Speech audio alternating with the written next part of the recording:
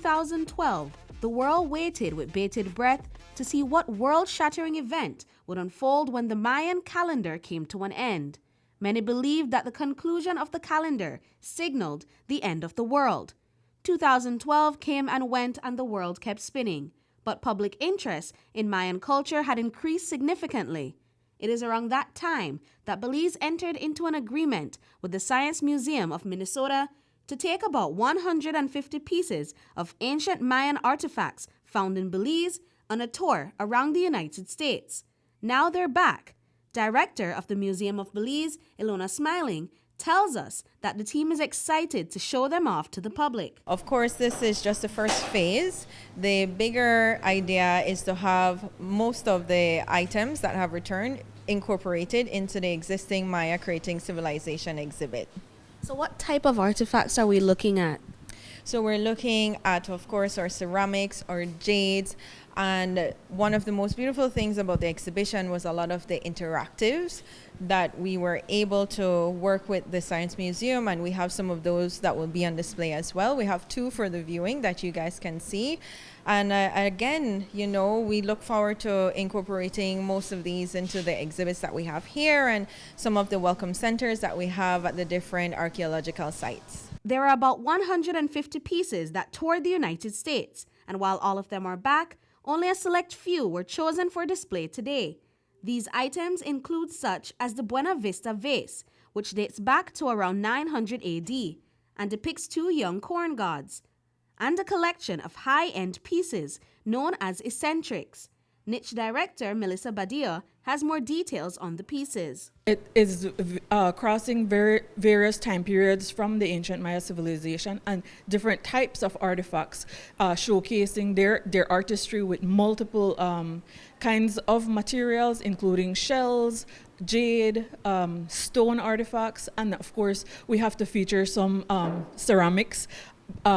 In the entire collection, there are both painted and unpainted. I think what we will have on display today is some painted pottery. As a part of the artifact's grand return, 2 shamans were invited to the museum to welcome the pieces back into the space. These artifacts will now be reintegrated into displays across the country, giving Belizeans the chance to appreciate the beauty and their deep history. The significance is that we are able to view our history and we are able to do our own research and have that be a part of our own culture, that we get to view and see.